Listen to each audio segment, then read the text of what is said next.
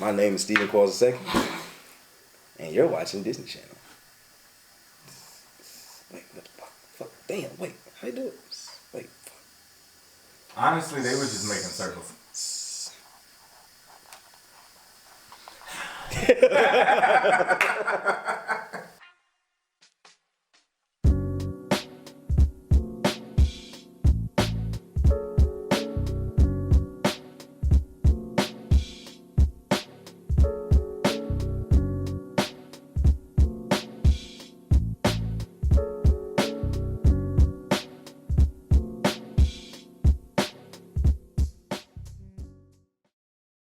What's good, everybody? What's up? This is Stephen Qualls II, aka Mr. Qualified. It's your boy. You already know the vibes, and we are back for another episode of Behind the Brand. Hope y'all are doing well this week and all of that good stuff. Yeah, so again, man, we have interviews, so we're definitely going to touch on those because everything has to be connected, and, still trying to take y'all behind the brand. Exactly.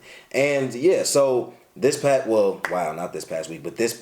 Tuesday, 2 days ago, I interviewed and had the opportunity and honor, honestly, of interviewing one of my very good friends. So Elijah Tucker Carter is somebody that I've known since 2010. We mentioned in the interview, but we've known each other, a decade at this point. And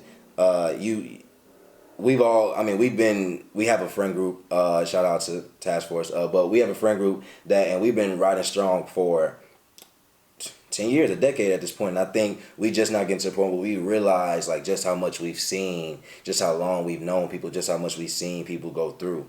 And, even in conducting that interview with him, there were so many aspects of his life that I was kind of aware of, but I wasn't really aware of the effect, that it had on him, how it kind of shaped how he moves in the world today. And so there were really two things that I personally took away from the interview, as an interviewer, just listening and sitting back and really trying to let him tell his story that, I kind of paid attention to and that really stuck out to me. So the first thing was, he has a point in the interview where he mentions that it feels like everything is against him. He's kicked out of and excommunicated almost from all the staples of his life because of decisions that he's made. And he spoke about how it was a very trying time and how he didn't really know, how he was gonna come out of that. And I feel like we all reach points like that or have points like that in our life where there are so many things happening and so many things that feel normal and routine that when they are either taken away or when they aren't really even fulfilling the same purpose, we feel stuck. And he spoke to kind of feeling stuck and just not knowing what was the next step and what he should do. And I've experienced that multiple times, and there have been multiple occasions where everything that I've known essentially has gotten to a point where it either wasn't fulfilling the same purpose or it got taken away from me. And I feel like one of the biggest things that, I would challenge y'all, and I challenged myself after listening to him and after hearing him say it was, be intentional in your response to adversity. I feel like so many times and oftentimes we focus on the adversity and focus so much on what's going on that we don't focus on the solution or how to get out of it. And that's something we can control. We can't control what's happening and why whatever happened did happen. And when it happened, but we can't control our response to it, and that's the only thing we can't. That's the only thing. Excuse me, mouth dry. I don't know. That's the only thing that we can control. So I feel like that should be our focus. I feel like especially for you all as dreamers, for you all as people who have these dreams that you all want to accomplish and pursue, you have to, because there will be so many times in the pursuit of your dream, in the pursuit of whatever you want to do that you're passionate about, there are going to be so many people telling you no. There are going to be so many people saying just anything that isn't, in line with what you think. And that's not to say you won't have people challenging you. That's completely different. But you'll have people that are trying to deter you from your path and what that's supposed to do for you. And you can't let that happen. You have to be in charge of your response and be in charge of saying, yeah, it's a lot going on right now. It's something my mom used to tell me all the time.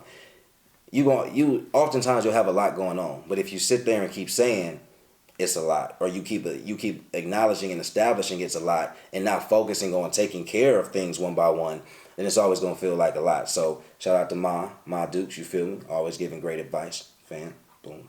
Nonetheless, that's Mom. And so then another thing I really took away from the interview was this idea of being a sponge.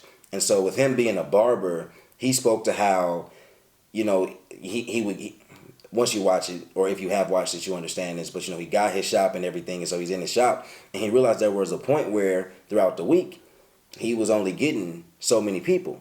And he was like, okay, well, why is that? And he realized, I stopped being a sponge. I stopped learning. I stopped looking for ways to be better because I thought I had made it to a certain point by, having my own shop or having a certain clientele, whatever the case may be. And he said it's important to always be a sponge and continue to learn because that's really the only way you can give back. If you stop educating yourself or if you stop learning at a certain page, when you have people working for you, when you have people coming after you, you only have so much to give them because you limited yourself to what you know.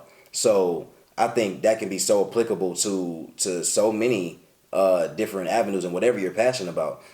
There's always more to learn. That's in life in general. But even in your specific industry, I feel like there's always something else you can know. There's always a way to challenge yourself to be more knowledgeable. And it's not so much with the goal of knowing everything, because I don't think there's anybody that knows everything. But there should always be a personal challenge, I feel like, to know all that you can know. Especially if you have a resource out there for you. So I definitely agree with that. And if it wasn't for me being a sponge, Qualified wouldn't be where it's at today. The idea of it, the entire conception of it wouldn't be a thing at all. And the direction and the plans I have for it wouldn't even be in the stages they are now because I would have, limited my knowledge and limited my resources so long ago that I wouldn't have had any opportunity to really just allow the dream to manifest, honestly. And I think that's really what comes with being a sponge, is always keeping your mind open and learning.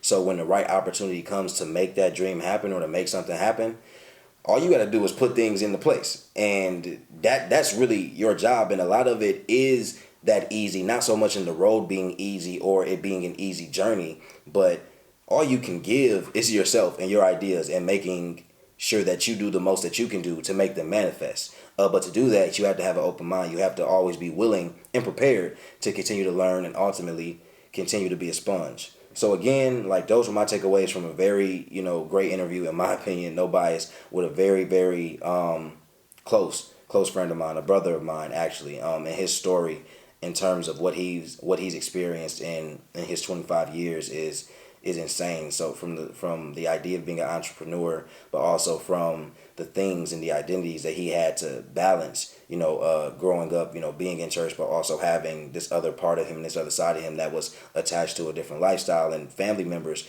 the different roles that they play. So many things went into, again, like I said, that I wasn't even fully aware of, making him who he is. And he's a joy, man. Y'all, like, if y'all watch the interview, y'all would know, but if y'all haven't, y'all will when y'all do. He's so much life. He brings so much life in everything that he does and everything that he talks about. And he makes you like have to be positive, because he is, and he has every reason to be. So definitely, go check out the interview if you all haven't. Thank you for tuning in to this episode of Behind the Brand. Again, be intentional in your response to adversity. We're all going to face it, so you might as well be very intentional about how you're going to go about it, how you're going to come out of the adversity, because it's all about the solution at that point. And also, continue to be a sponge, continue to learn, never be content with where you are. Always know that you can challenge yourself to be better and be the best version of you possible. So, yeah, that's all y'all really getting from me this week. I hope that does it for y'all, and shoot, until next week, peace.